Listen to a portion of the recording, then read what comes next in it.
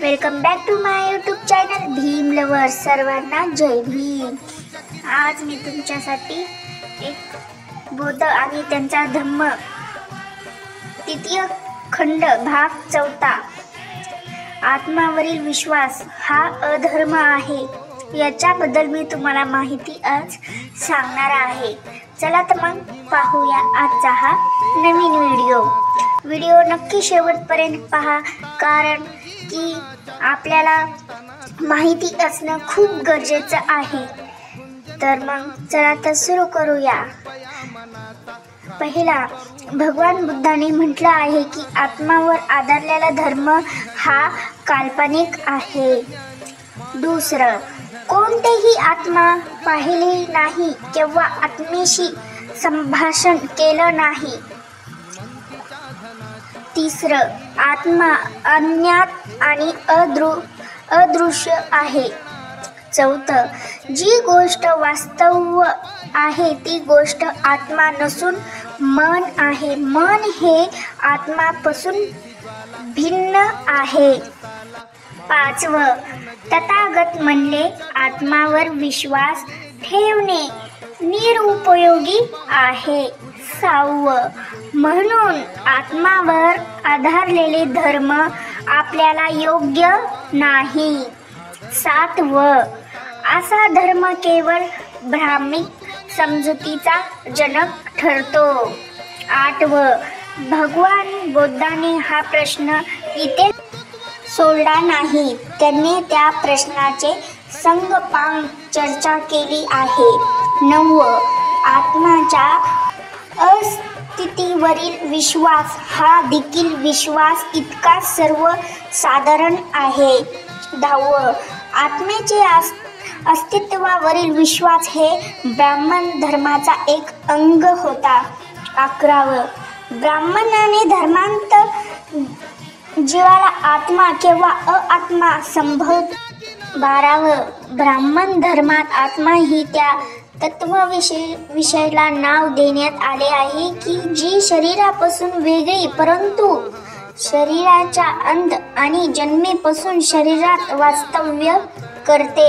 13वं, आत्म्याच्या अस्तित्वावरील विश्वास तज्ञांशिक दुसरेही विश्वास अतिभूत होतो. 14वं, आत्मा शरीराबरोबर मरण पावत नाही. तो दुसऱ्या जन्माचा वेळ दुसऱ्यांच्या शरीरात जन्म घेते.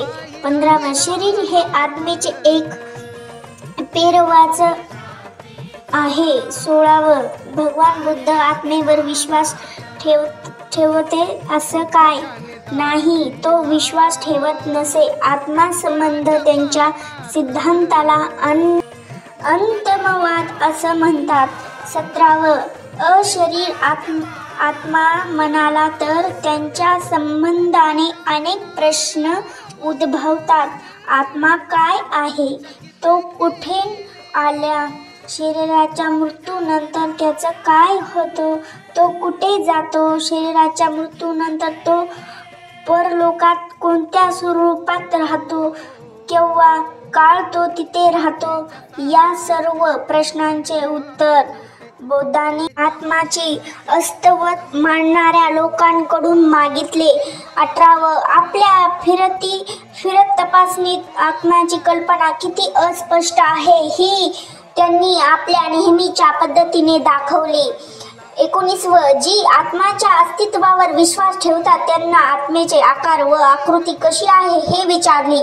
20वं, आनंदाला त्यांनी सांगितले आत्मा संबंध नानावेद मत आहे. काही लोक म्हणतात माझ्या आत्मेला आकार आहे आणि तो अतित्य सक्षम आहे. दुसरा काही म्हणतात की आत्म्याला रूप आहे आणि तो आनंद आहे आणि सक्षमही आहे. आणखीन काही असे म्हणतात की तो निराकार आणि आनंद आहे. 21वं, आनंद आत्मेच्या संबंध नाना प्रकारची मत आहेत. 22वं, जे आत्म्याच्या अस्तित्वावर विश्वास ठेवतात त्याच्या आत्मसंबंध काल्पनिक काय आहे हे बुद्धाने दुसरा प्रश्न होता. कोणी कोणी म्हणतं आत्मा हा सुख दुःखाच्या अनुभवाची क्रिया आहे, दुसरं कोण म्हणत नाही की माझी आत्मा सुख दुःखाच्या अनुभवाची क्रिया नाही, तो अनुभवशाली आहे. आणि आणखीन दुसरे म्हणत नाही माझी आत्मा सुख दुःखाच्या अनुभवाची क्रिया असूनही अनुभवशाली हा त्याचा धर्म आहे. त्यास आत्मासंबंध असे विविध काल्पनिक आहेत की नंतर बौद्धाने ज्या आत्म्याच्या अस्तित्वावर विश्वास ठेवतात त्यांना शरीराच्या मरणानंतर आत्म्याची काय स्थिती होते असे प्रश्न विचारतात. आता हा पुढील भाग आपण दुसऱ्या व्हिडिओमध्ये नक्की सांगू.